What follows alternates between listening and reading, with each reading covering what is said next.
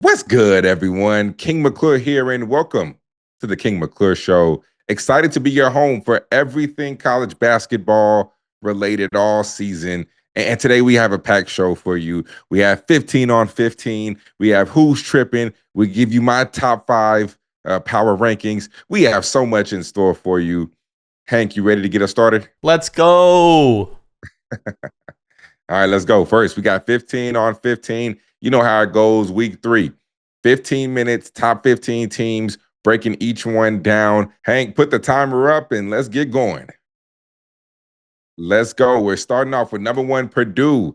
They had last week, first off, they were number 2 in the country. They moved up to number 1 because of their impressive win at Alabama. We will get to Braden Smith later on in this show. However, that was one of the most impressive performances I've seen all season. Braden Smith put the team on his back. He was the best guard on the floor. He looked terrific.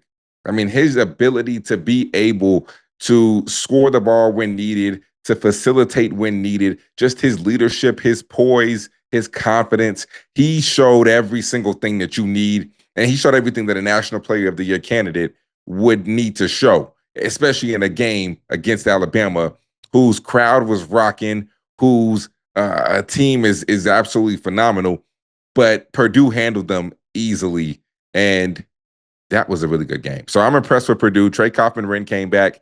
He was high level too. I was very, very impressed. I think they deserve to go number 1.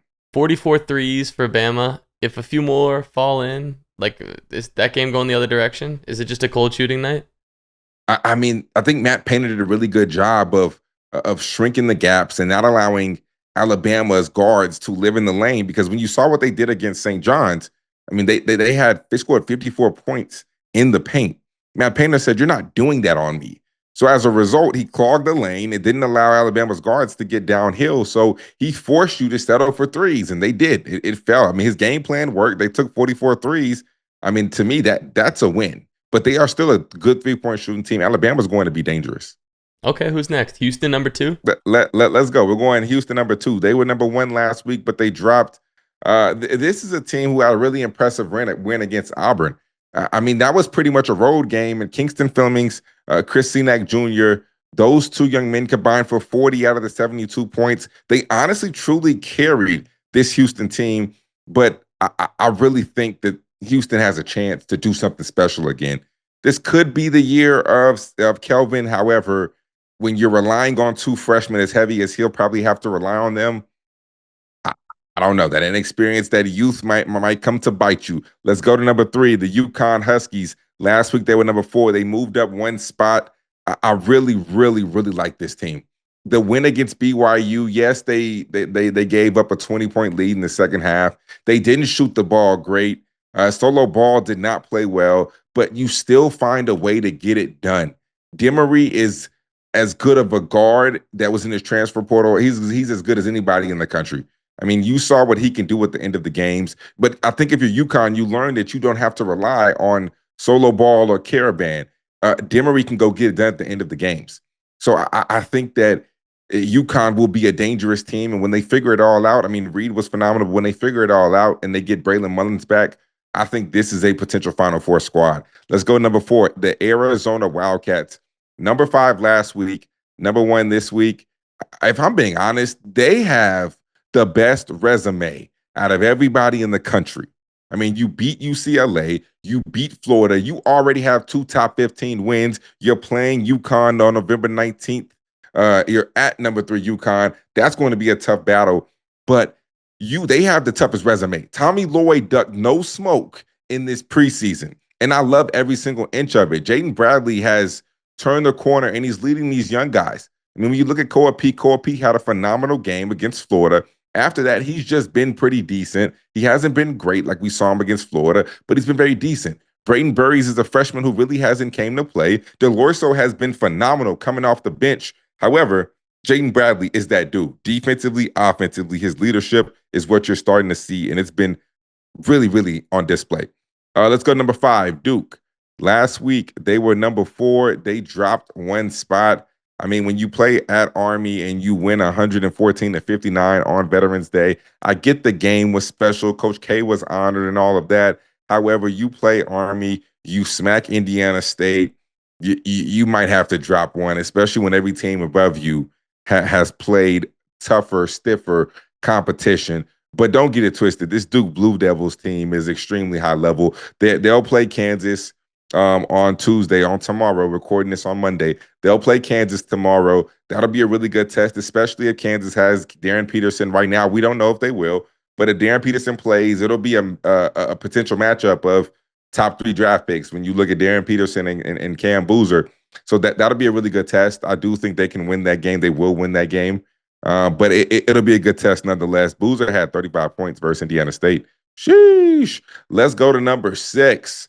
Louisville. They were number 12 last week. Now they jumped 6 spots to number 6. I think that was primarily due to that win against Kentucky.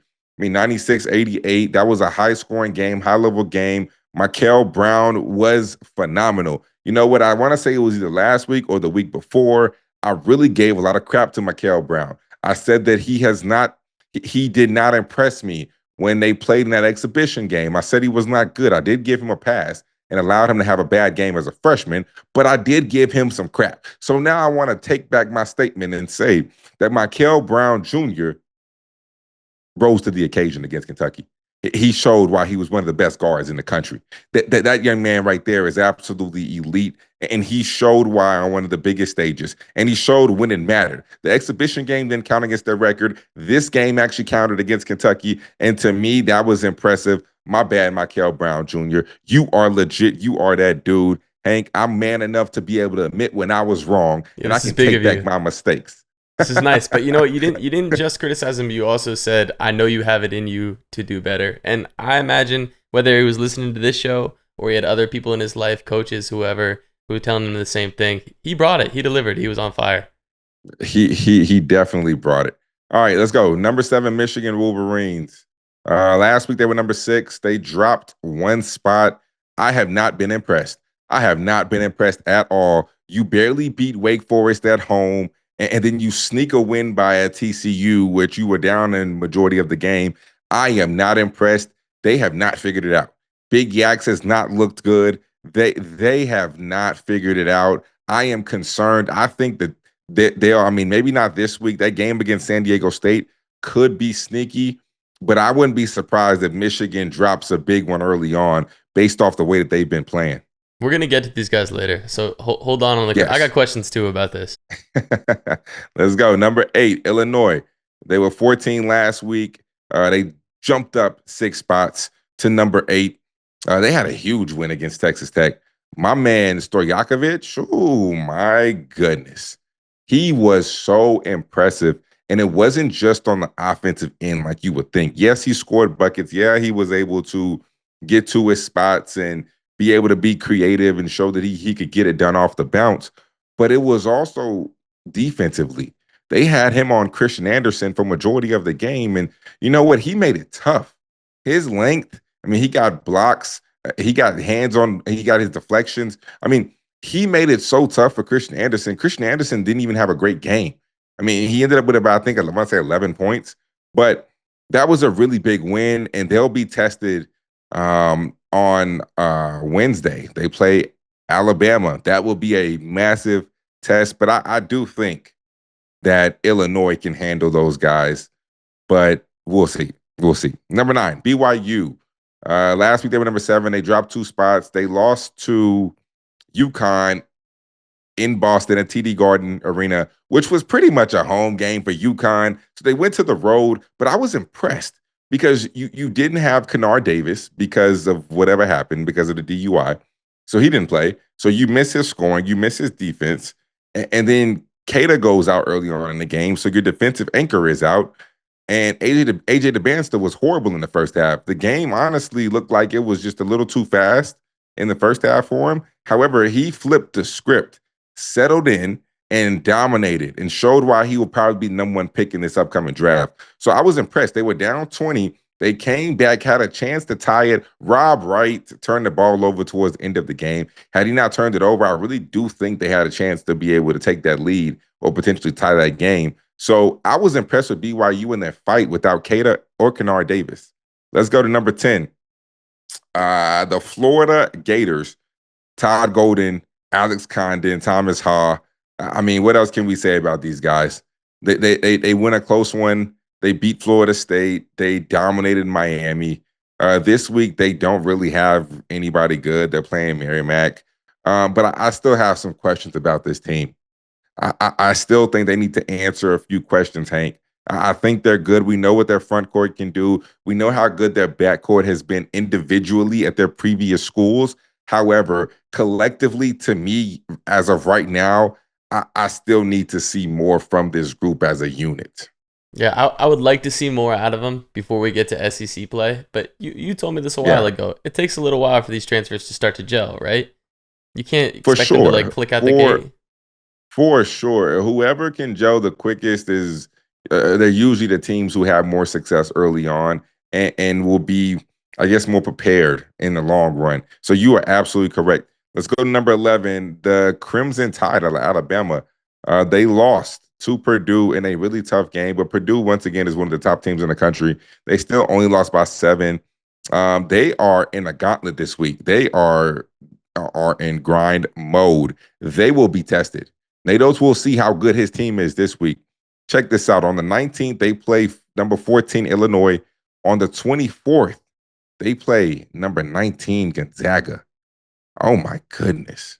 You talk about what? naps. Those were out of date as well. It's number 8, Illinois now, and number 13, Gonzaga, I believe. Oh, my bad. We just said that. Yeah, number 8, Illinois, number 13, Gonzaga. So our bad. We'll say it's our bad. We got that. Yeah, that's our bad. Hank, you starting off, you tripping already. Already. All right. But they will be tested. You will see what they are made of this week. We talked about Illinois earlier. I mean, this Gonzaga team who we'll get to here in a few teams down. But they're old, they're experienced, they're veteran. They have an elite level front court. I mean, they will be tested in every single way that you can be tested. You will learn a lot about your team this week if you are Nate Oates. Let's go. Number 12, Kentucky. They had a really big win, as we talked about. We touched on a little bit against Louisville. I've lost. My bad. A really big loss at Louisville in that rivalry game. This week, they'll be playing in the Champions Classic against number 17, Michigan State. That should be a really high-level, interesting game just to see how they bounce back. I mean, they beat Eastern Illinois, but being on the stage in Madison Square Garden, how will you play against Izzo and his Spartans? I'm interested to see. We will see. That would be a really good test for them. Let's go number 13, Gonzaga. They were number 19. You're getting low. You got 2:45 left. You're right. Three more teams. Let's go. You're right. Let's go. Number 9. They were number 19 last week. They went down 6 spots. What can you say about this team? This team has been extremely impressive. I mean, you beat Oklahoma. You beat Creighton, you beat Arizona State, and you don't just beat these guys, you almost dominate these guys. Every single performance in which you played, you've dominated. I mean, they're old. Tayon Grant-Foster, EK, Adam Miller, Huff. I mean, they have so many veterans that it's honestly scary because whenever they get down or whenever they face adversity, they've been there so many times that they're not phased. They are poised the whole time. This is a scary Mark Few team. And they play tonight, and they don't play again until the 24th at Bama. So with that long rest, with this experienced team able to prep, Bama coming off Illinois, that's tough for the Tide. That might be a little tough, but we'll see how that game goes. Number 14, St. John's Red Storm.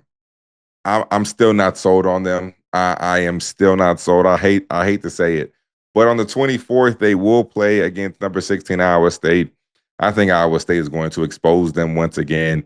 I'm just not sold on this Rick Pitino team.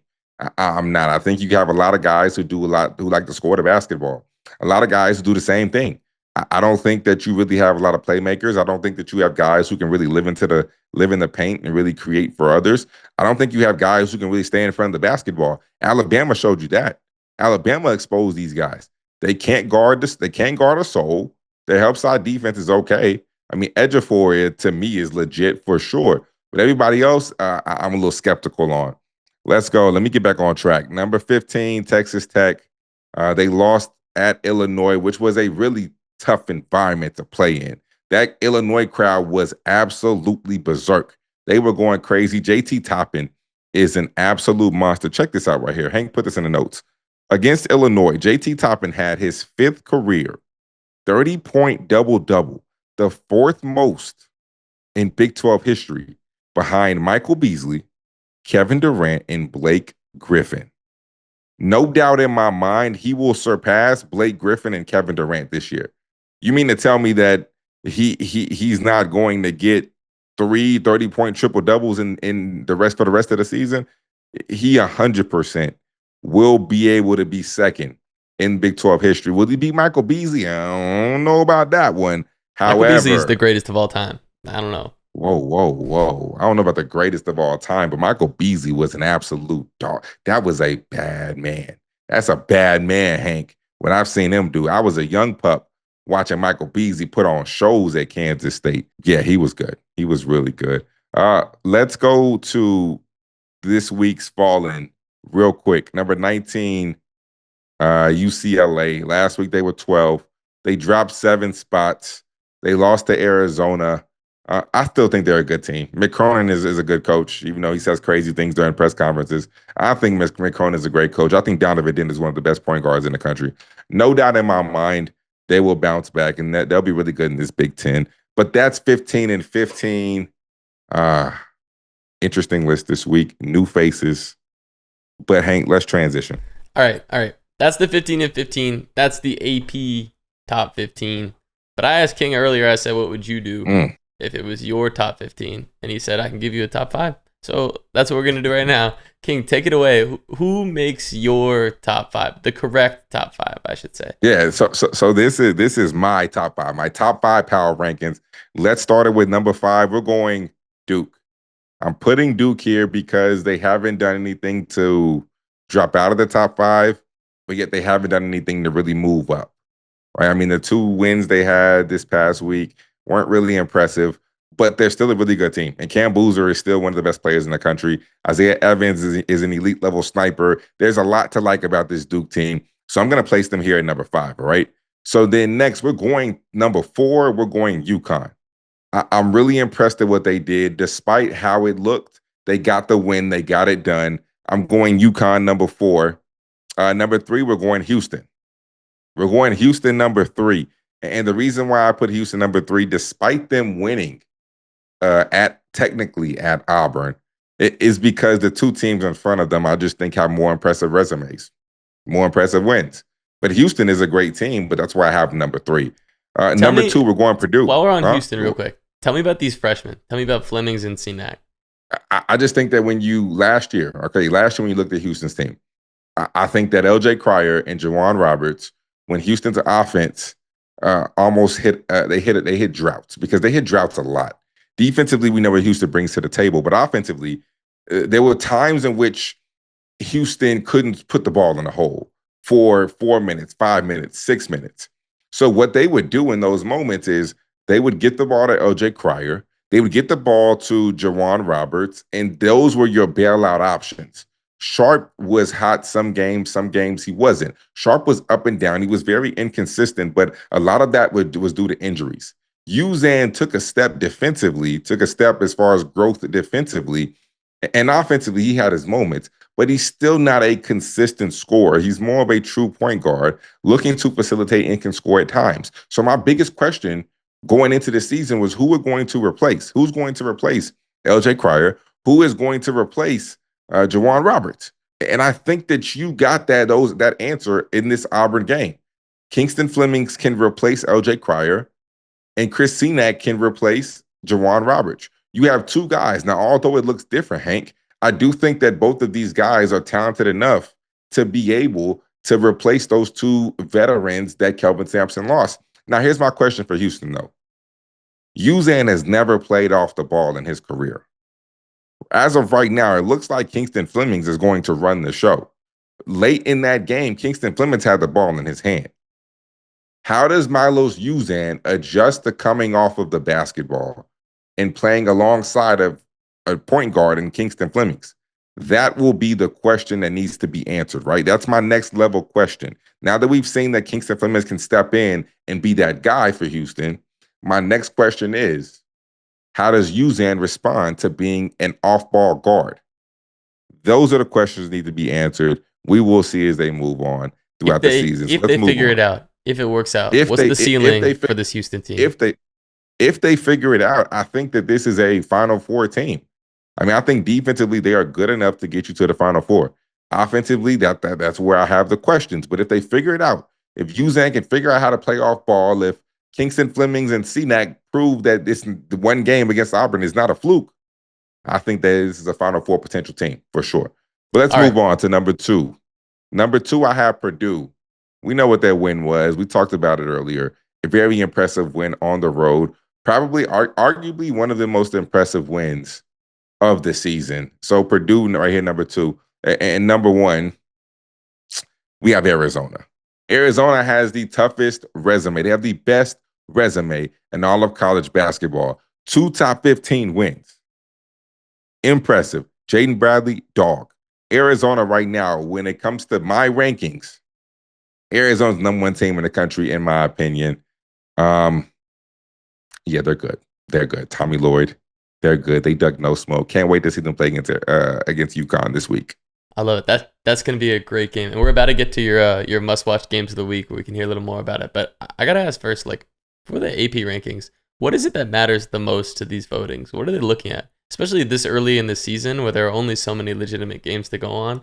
Like, what is it that makes them flip-flop Purdue and Houston back and forth in 2 weeks in a row? I think it's quality of win, and I think that when you look at it, what was more impressive? Was it Houston's win in a technically neutral site, but if you heard the crowd and watched the game, you saw that Auburn was basically the home team.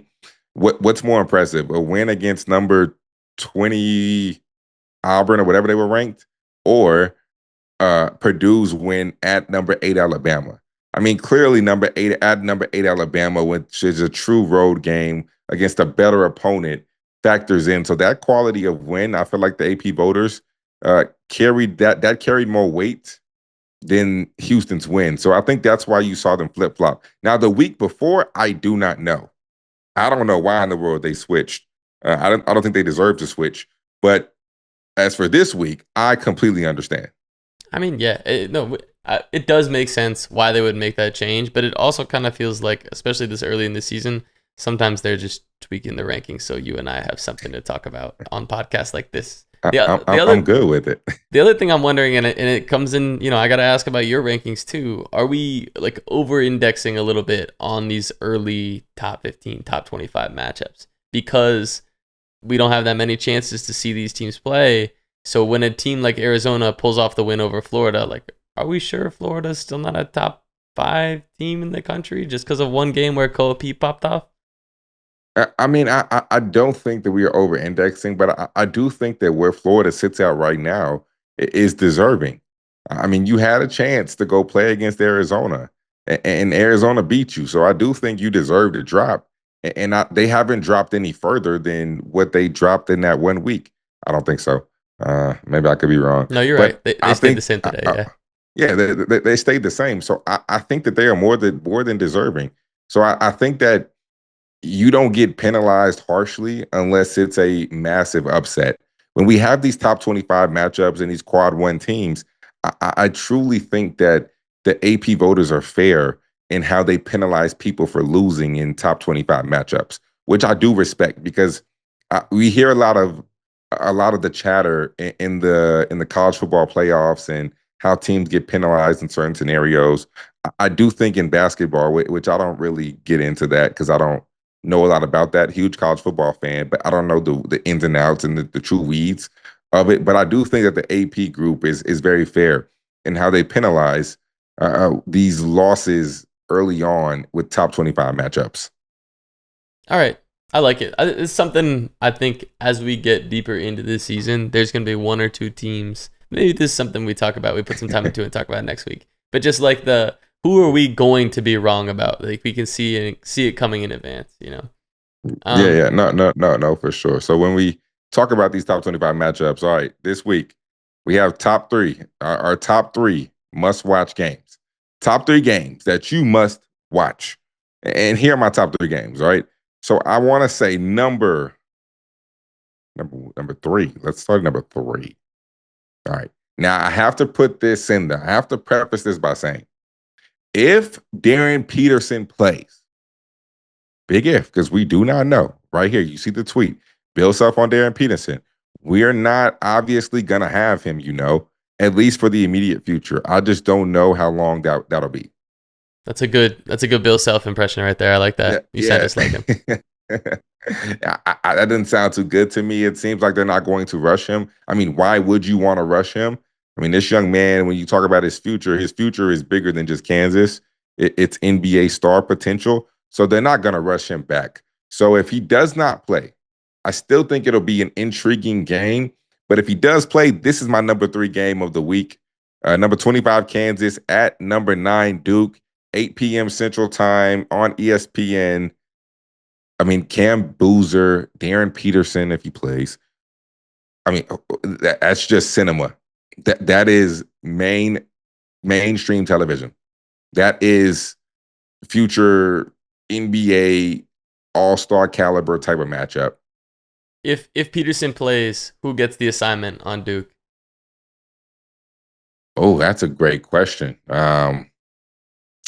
That's a really great question. I mean, if I was them, I would probably go Sar just to throw a little bit of length at them, a little bit of length at them. And I think Sar is versatile enough defensively to be able to climb up in you while also using his length and his athleticism. I would probably go Sar just to see if you can maybe speed him up, maybe cause him to struggle a little bit just because of the size. But I mean, that's what I would do. I would get the ball out of his hands. Shire's a great coach. I would trap on ball screens. I'd get the ball out of his hands. I would make somebody else beat me that isn't Darren Peterson, because I don't know if Kansas has the guys to be able to do that. So I would probably say Sar and try to trap everything and get the ball out of Darren Peterson's hands for sure. Let's go to my number 2 matchup, all right? Number 2 matchup, we have number 8 Alabama at number 14 Illinois. 8 p.m. Central Time. I say Central Time because I'm in Texas, so I'm a Central boy. On FS1, this is going to be a great matchup. I think that we saw Illinois do a phenomenal job guarding Texas Tech, because Texas Tech, they have Christian Anderson, but outside of Anderson, they don't have great guard play that can really attack and put pressure on you. They haven't seen they haven't seen any team like Alabama. Alabama has Phylon, they have Holloway, they have I forgot my other guy's name that comes off the bench that kind of looks like LeBaron Phylon. I shouldn't be blanking on his name because this dude can really, really hoop. But they have so many guards who can live in the paint.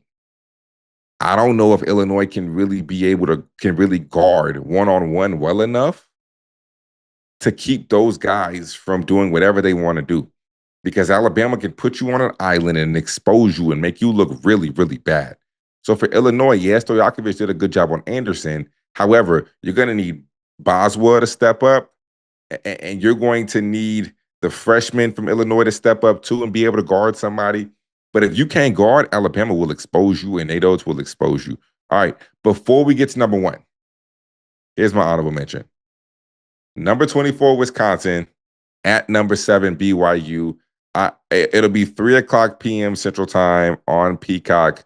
I actually think that I will be in studio for that. I'll be doing a halftime show on Peacock for that. I'm like 90% sure. I still need to talk to Peacock. I still need to talk to NBC to figure out what games I will be on the halftime show for. That gets but I bumped really up do then. think that it's not an honorable mention anymore. If you're on the call, it's got to be like number 3. Oh yeah. I mean, I'm not on the it. call, but I'm on a halftime show. You're in the so studio. I mean that. Okay, I mean that's fair. All right, cool. Yeah, then we'll bump that up. We'll bump that up to number 1. Only reason why is because you'll get to see your boy, right? There we go. You'll get to see me. But we're gonna have to do tied for number 1. So I'll put that as number 1, but like it'll be like a co-number 1, right? 1A, 1B. Let's do it like that. So that is 1A because you get to see your boy at halftime for sure. But my 1B is number 5, Arizona, at number 3, UConn. We're talking 6 p.m. Central Time, FS1. That will be arguably not even arguably, that's the best game of the week. I mean, Jaden Bradley versus Solomon Ball. I mean, it doesn't get too much better than that. It does not get better than that. With the resume that Arizona has, with the guard depth that UConn has, it doesn't get better than this. This is what we want to see. Top 5 matchup, going at it. Arizona, you've done it twice. Can you do it for a third time? Can you beat another top 15 opponent? Tommy Lloyd is ducking no smoke. Danny Hurley is ducking no smoke. Best of the best going at it. This is what we want to see. I cannot wait for that game, Hank. That'll be extremely high level. I know Hank will be tuned in. I will be tuned in. I hope you were tuned in right now because the King McClure Show is going to take a quick break, but we will be right back. And we are back. The King McClure Show brings you back in, and we have a new segment for you, Hot or Not. Hank, can you explain to the people what hot or not is? It's exactly what it sounds like. Some things are hot, some things deserve our attention, and some things are not. And unfortunately, we still have to talk about them, but we can talk about them in a more disparaging way. So we're going to kick it off with the hot list, King. What do you have first on here? When you told me about this guy earlier today, I had never heard this name before. I went and did some Googling. I spent some time on YouTube preparing for this show. My goodness. Please educate the people. Yeah, number one, what's hot? Let's talk about this guard from Stanford. And I pray I don't butcher his name. Abuka Akori. This young man, if you have not heard of him, go look at him. 6'2" guard who lives in the paint, who can shoot it from deep. He is so hard to contain and keep in front. He is third in the country in scoring, averaging 25 points per game. If you do not know the name, please get familiar because he is going to tear up the ACC. And Stanford also is 3-0. So that right there is extremely, extremely hot. All right, next, what we have that's hot. Cohen Carr. We know the high flyer. Look at this right here. Cohen Carr's 3 dunks tonight were number 7, number 3, and number 1 on ESPN's top 10 plays tonight. Cohen Carr, Hank, has to be, when I think of him, he is superhuman. He has to be the best in-game dunker since Zion. Honestly, he's up there. He's arguably, if you put him and Zion in the same equation, he's probably the best in-game dunker that we have seen in the last 10 years outside of Zion Williamson. Yeah, I think I love it. You'll see whatever the point guard is, like bringing the ball up on the wing, and you'll see him start to sneak around the backside, and you know he's just about to you start to get up out of your chair. He is a flyer. My man does not, he doesn't jump, he flies, literally. I literally watched him in a dunk contest, jump from the free throw line. And you know how people say the free throw line, but they're really a step or a foot in front of the in front of the free throw line. Yeah. This man was fully behind the free throw line and cleared it easily. Cohen Carr is a freak. Wait, hold on, athlete. King. While we're on the subject, what's your best dunk? Let me hear the story. You got to have one that you're like, all right, back in the day. My best dunk. Was someone talking smack and you caught them? What happened? My best dunks were in high school. And in college, I really wasn't. Dudes were so athletic that you had to have true bounce in order to catch a body in college. And I had bounce, but I didn't have true bounce. So in high school, I remember one time, this actually happened in the playoffs my senior year. And I have a picture, and we should have sent you the picture. Had I known you'd ask me this, I would have sent. I'd have sent you the picture. Okay, there we go. Yeah, we go. We can do this on the back end. So I have a picture of me in a playoff game, and the guy who inbounded the ball. We were in like a 1-2, 1-1 press, like a diamond press. I was the guy in the middle. He tried to throw the ball to the guy in the middle. I jumped it. So when I jumped the pass, mind you, I'm like right in front of the basket. I'm at the free throw line. So I'm at the free throw line. I take one bounce. The inbounder tries to make up for his turnover. So he tries to contest the dunk. He goes up with 2 hands. I cock that thing back here and throw it in. Yeah, throw it. But the picture was fire because they have me. It shows my face, and also shows him with 2 hands in the air, and we're like literally body to body. I threw it down, caught the body, and it was probably my best dunk. Mhm. ever. It was not even probably. That was my best dunk ever. And see now, as your And we podcast won. co-host, it's like I dunked. This is the closest I have ever been to dunking. This is sick. I feel so good. There we go. There we go, Hank. All right, let's go. Who else is hot? UT Martin. They are hot. They won 2 bye games. They won 2 bye games already. What is a bye game? A bye game is when a school comes and pays you, and they pay you basically to beat you. Because the incentive for you to take a L is money. So it helps them out. It helps you out. However, when you pay a school to get a dub and you don't get a dub, not only did you lose your money, but you lost to a team in which you probably shouldn't have lost to. So UT Martin has already won 2 bye games in which they've got money to lose, but they've actually won those games. So UT Martin right now is extremely hot. They play this foreign style. It's extremely similar to what we see with Illinois as far as all the foreigners. That European brand of basketball is so high level, it's so difficult to guard, and it's just so different. We don't see that over here, especially in the college ranks. So when you have a team that plays this unorthodox style, it can be hard to beat. Hank, I know you love this UT Martin team. I do, man. It's just cool to watch. I saw that they had players from 11 different countries on the team. I believe their coach, Jeremy Schulman. I think this is just it goes to show that there's different ways to build a winning team in college sports now, and college basketball, especially since you have all these like foreign leagues that are shipping out pros. They play Florida State tomorrow. Oh, Who know? Florida State's a good team, and that's a different level than the games they've been winning. But I mean, you gotta treat this more carefully than just some random school coming into your gym. Like UT Martin's been hot. no doubt. No doubt. I will be tuned in. I actually have Florida State at Houston on December the 6th, that Saturday on Peacock, by the way.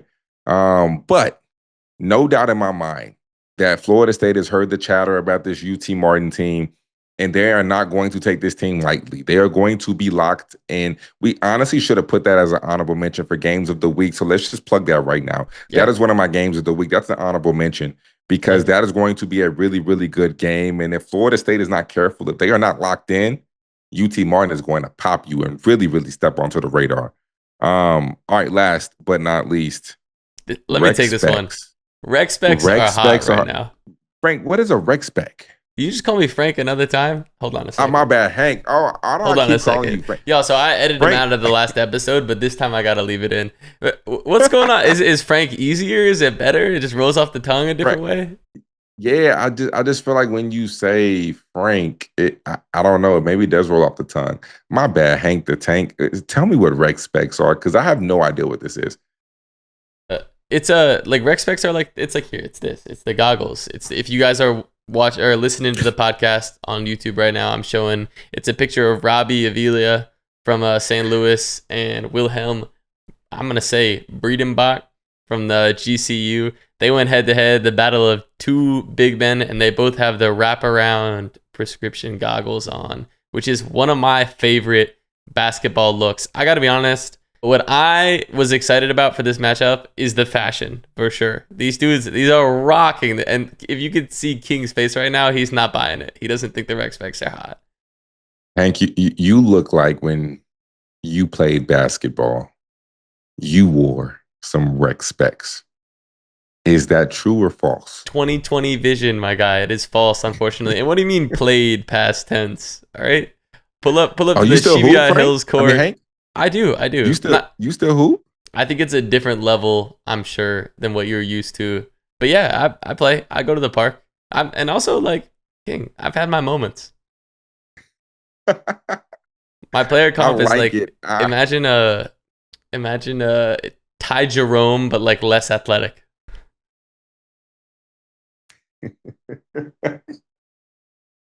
I've never heard anybody compare their game to Ty Jerome. And you know what? That's great self-awareness.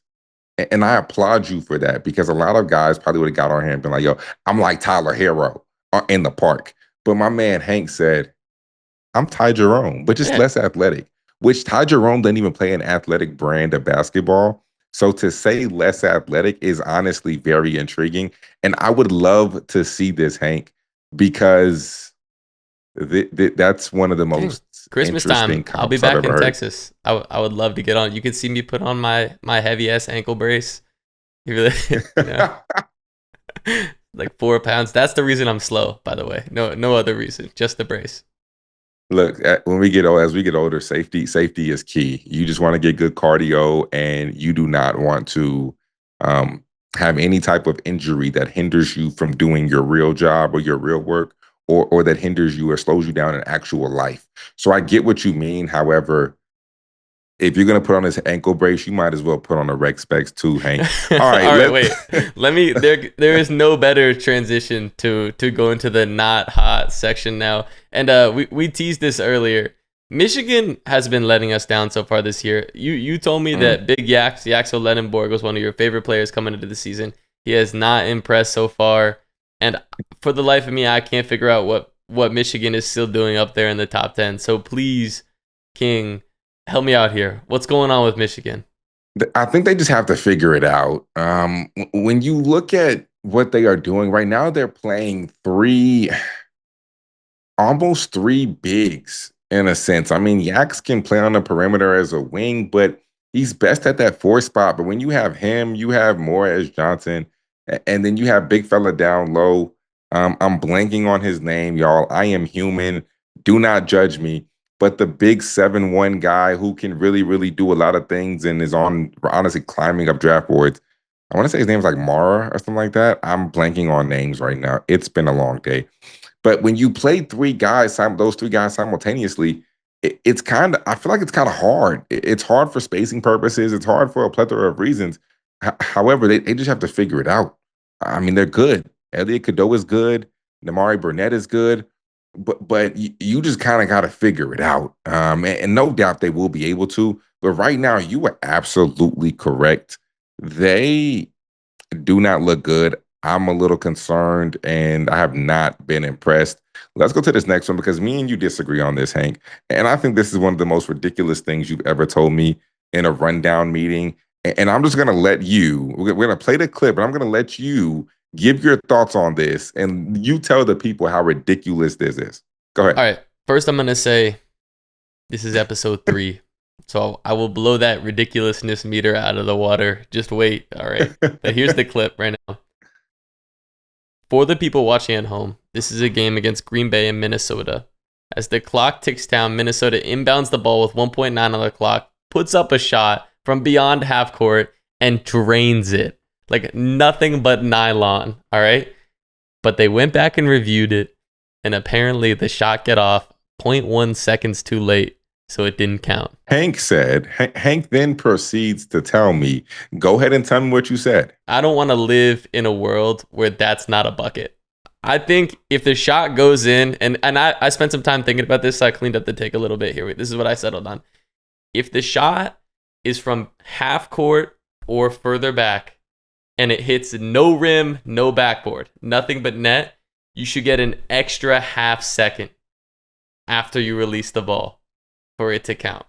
I think that rule is whack. I want exceptions for shots like that.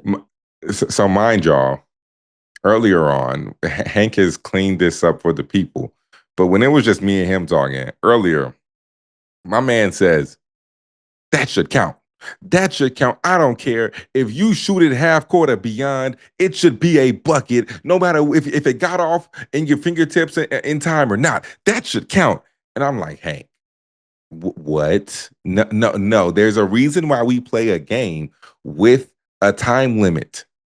There is a reason why. It's almost like that football thing, right?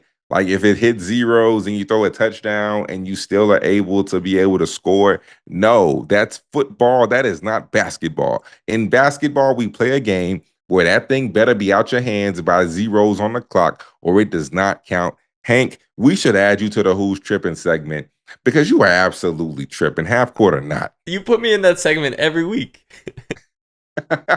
What does that say, Hank? All right. The last thing I'll say is, and maybe I could save this for another time, but I think we could get rid of the clock altogether. Like when you're at the park playing basketball, you play to 21 or you play to 13 or something like that. Like I'd rather just every game do 100. Hey. Hey, next we go. All We're right, going we'll move to on. We'll move on. next.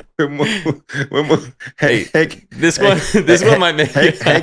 Hank is getting worse and worse, y'all. He's eventually going to get Kyrie level and tell us the world is flat. So let's go to the next one before Hank jumps off the cliff fully. I should have rolled these out slower. Honestly, I'm gonna get fired. I started too strong. All right, the next one we got right here. Here we go. This is the Florida student section, and I took the sound out because the song playing was copyrighted, but I actually think it's weirder without the sound. This almost works.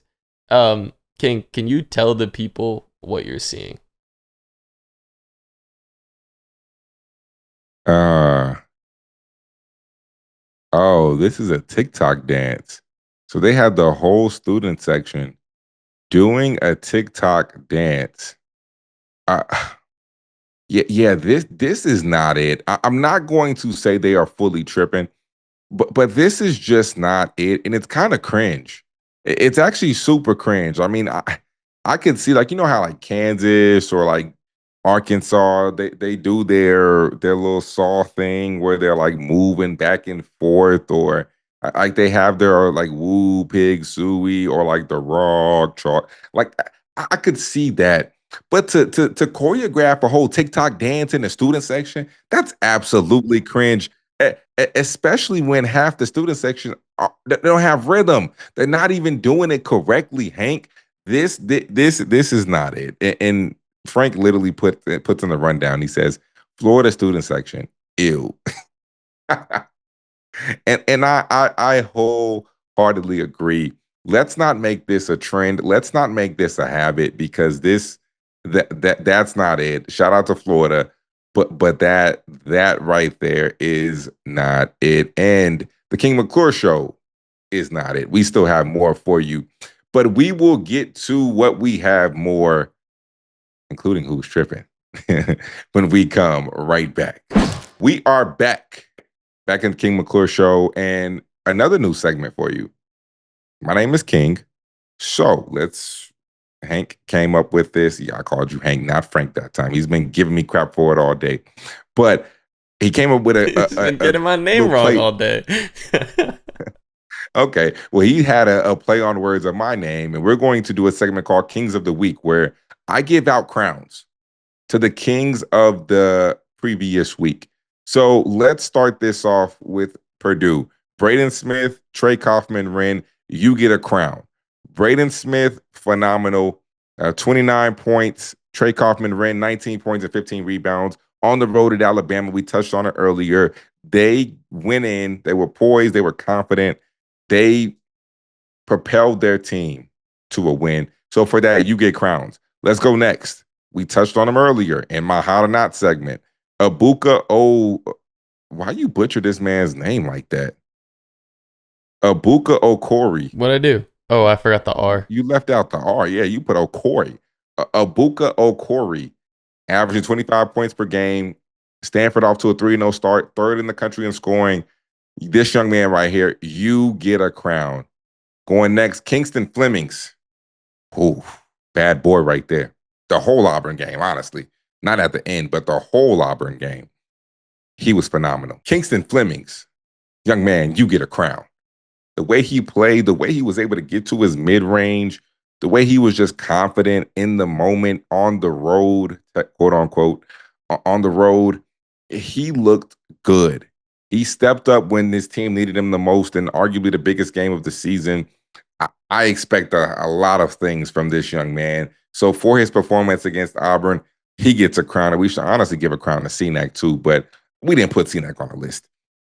Let's go next. Andrej Stojakovic, 23 points, 3 rebounds, 1 assist, 3 blocks, 2 steals. He was a defensive monster. No threes, and only went to the free throw line twice. Still ended up with 23 points. He was a monster. The way he was as a two-way player, guarding Christian Anderson and being able to score whenever he wanted to, and he did it off the bench. Stojakovic, young man, you get a crown. And my last crown, we're going to go to not a young man, but a legend. Coach K. For pulling off the game, Duke versus Army. They retired Coach K's number. I mean, that's just that's such a cool moment. Look at this right here.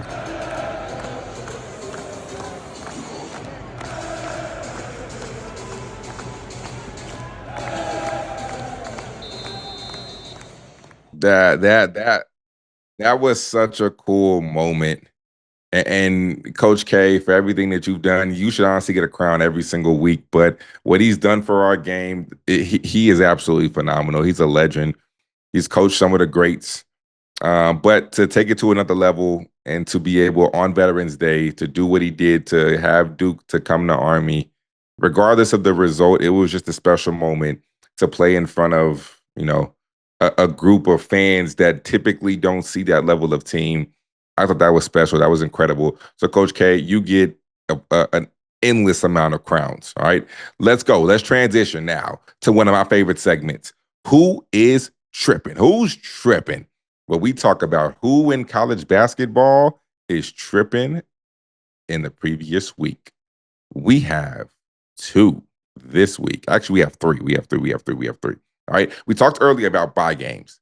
And when you play these buy games, you pay somebody money because you're supposed to win. You aren't supposed to lose those buy games. And this week, we had two teams on the women's side have absolutely horrible losses to opponents in which they're supposed to dominate. Let's go. Number one, the Pitt women's hoops team.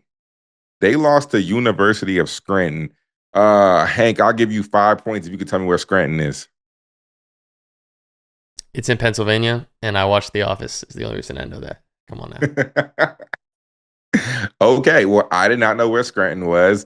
I've never heard of the University of Scranton, and it's a Division III school. Let me tell you this, people, right? When you talk about buy games, you're typically talking about high majors playing against low major Division I's. So to play a D3 and to lose to a D3 at home by 6 is one of the most embarrassing things that you can do as a high major college basketball player. And I know their coach was absolutely sick. Yeah, what was the locker room like after that? What if you're the coach, what are you saying? What are you delivering? I really think you're speechless. Like, honestly, I genuinely think it's one of those games in which you go to the locker room and you just don't say anything and you just reconvene the next day.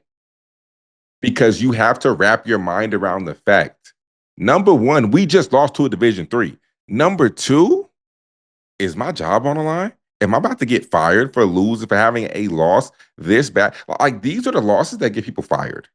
You can't lose to Scranton. And they weren't the only team that had a horrible loss.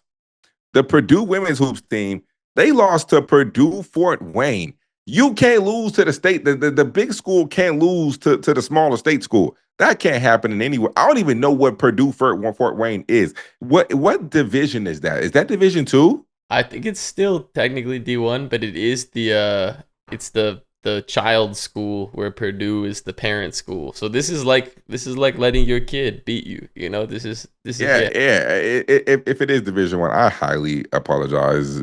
I don't mean to disrespect you. However, you shouldn't be beating Purdue's women's team. You shouldn't be doing that. So Purdue, you are tripping because how do you lose to the little sister school? How do you do that? You lose by 1. That is unacceptable. All right. Absolutely unacceptable. You know what else is unacceptable? We're going to get to number 3. How do you play a game and there's a discrepancy on what the score is? Hank, pull this up because this does not make sense. Okay, so Air Force played LIU. And in this game wasn't televised. It wasn't like your typical ESPN or whatever broadcast. So in this game, how do both teams have different scores? This doesn't make sense to me. So what we got here for the people at home, on the left, we have Air Force's post they did after the game, which had the final score as 76-72 LIU. Then on the right, we've got LIU's post, which had the score at 76-70 LIU. And in the middle here, I grabbed the score off ESPN, which I thought would be a good tiebreaker, 76-71. So Google right now is giving us 76-72. It seems like that's what's in most places, but this game wasn't on TV, so I think we can put it down as a question mark. Who knows? So how does nobody know what the score is? This right here, everybody who took part in this game is tripping because how does nobody have the accurate score? I've never seen this in my life. How do two schools report different scores and then ESPN doesn't report either one of the school scores and has a completely different one? This right here is absurd. This is insanity. How does nobody know the actual score? And I really want to know from one of the coaches, what was the final score? How does this even happen, Hank? I can't wrap my mind around this. This is unacceptable, and somebody needs to give me some answers because I don't know what in the world the final score is, but I want to know. All right, last segment of the day. This is Hank's segment. We call this Barely Notables. These are the things that in our pre-pro meeting, I'm like, King, we should talk about. And he's like, Hank, come on. No one wants to hear about that. So right now, if you're here for the King McClure Show, it's a good time to change the podcast. You know, we will see you all here next week. If you're on YouTube, I know you've got something in your watch later you want to click away to. But if by any chance you're here for the Hank Groberg Show, let me tell you about this giant that Purdue just signed. Okay. How do they do it, King? How do they keep getting these 7-footers to come to the middle of Indiana? I mean, you saw the success in which they've done with certain guys, Zach Edey. You see what they do in the post. So I think that if you're 7 foot or taller, you want to go repeat what you saw. So I'm not even surprised about this news. Let's go to what you got next for me, Hank. Y'all know about 6'7", the 6'7" thing. That it's what the kids have been on this 6'7" thing. I was trying to figure out what it meant. My buddy, shout out to Joey. He's a school teacher. He teaches high schoolers, and he asked them what 6'7" means. And the answer, it turns out, it's basically nothing. It's just like a thing you say, and you do the thing with your hands, and it's just something fun to get people involved. So now there's been this trend with college basketball where every time a game hits 67 points, the entire crowd goes crazy. And it's happened in men's games and women's games. It looks like it can be a bit demoralizing, like when you're getting beaten by 25 in the third quarter and the other team 6-3 to go to 6-7. Like, there was a women's coach, I apologize, I forget which coach it was. She said after her team hit 67 points, she had never felt as much pressure to call a timeout in her life, just to let the crowd go insane. Like, King, tell me how you feel about this 6'7" trend. Hank, I absolutely hate this trend. This is the most annoying thing. I can't remember something more annoying than 6'7". It honestly might. I mean, your mama is up there. That Whoa. 21 is up there. No, like, when you would say something, people be like, your mama, like that's annoying, but it's not as annoying as 6'7". I mean, the 21 thing when they be like 21, like that was annoying. But this takes the cake, Hank. This is horrible. We have to stop saying 6'7", and it's gone all the way down. My daughter is 7 years old, and every single time you even make reference to something, like, it's so bad. It's so bad. I cannot say it. So if I am anywhere, I catch myself. If I'm saying, like, hey, like the player was 6, I'd be like, oh, 6, 8. Because I catch myself about to say 6, You're just 7. lying. And You're just lying now. I already know. So I have to add an inch to somebody or take an inch away because I'm not saying the height. At the height. If I'm counting, right, or if I'm saying, that was about 6, 7, 8 years ago, I'm just going to skip 7 and be like, that was about 6, 8 years ago, which doesn't even sound right. But I just refuse to buy in to this horrific phrase that we have popularized that absolutely means nothing. If I hear another 6, 7, if I see somebody moving their hands up and down one more time, Hank, I genuinely might just lose it. What that looks like, I have no idea. However, I hate it. I think it's annoying. I am sick and tired of 6, 7. Sick and tired of it, Hank. You look like, Hank, that you take part in this trend. You look like every single time somebody says 6'7", you were one of those people moving your hands up and down. You were the one that's giggling and laughing. I feel like this is something that you partake in. Look, correct King, me if I'm wrong. there's a generational divide between us. Like you're unk, and it's tough for you to keep up, but I'm still with the shits. So I still know, like I'm cool with what the kids are doing. No, Yeah, I don't take part in the 6'7". Time out. You just call me an unk, dude. I'm not that old. I'm not even 30 yet. You can't hit unk status. There's a rule. You can't hit unk status until you 30 plus. It's 30 plus or an ankle brace. I think it was one of those two. And you're the one that rocks the ankle brace. I do no such thing. Knock on wood, right? But I do no such thing. I do not partake in this ankle brace trend. Hank, you're tripping once again. Let's slide him back up to the who's tripping segment. All right, we should get out of here before I trip a third time. Let's take us home. Tell the people where to find you, and tell them when we'll be back. Listen, we'll be here every Monday. Well, we record Monday. So then every Tuesday, we'll be here. If you like it, subscribe, like us, rate us, whatever you want to do. We're greatly appreciated. Hank, I appreciate you for all the hard work you put in and for you tripping the whole segment and absolutely going off the rails. But if you like that, I promise you it'll probably get 10 times greater than what you saw today, because Hank just gives me vibes that as we continue to go and the comfortability level continues to his chaoticness, his thoughts, his opinions are going to get wilder and wilder. And I'm 100% here for it because I like it, because I'm a calm guy. But Hank seems like his opinions are going to get just completely outrageous. And we need some chaos on this show. So once again, like us, subscribe us. Anything you do is greatly appreciated. Until next time, Hank, King McClure, we are out.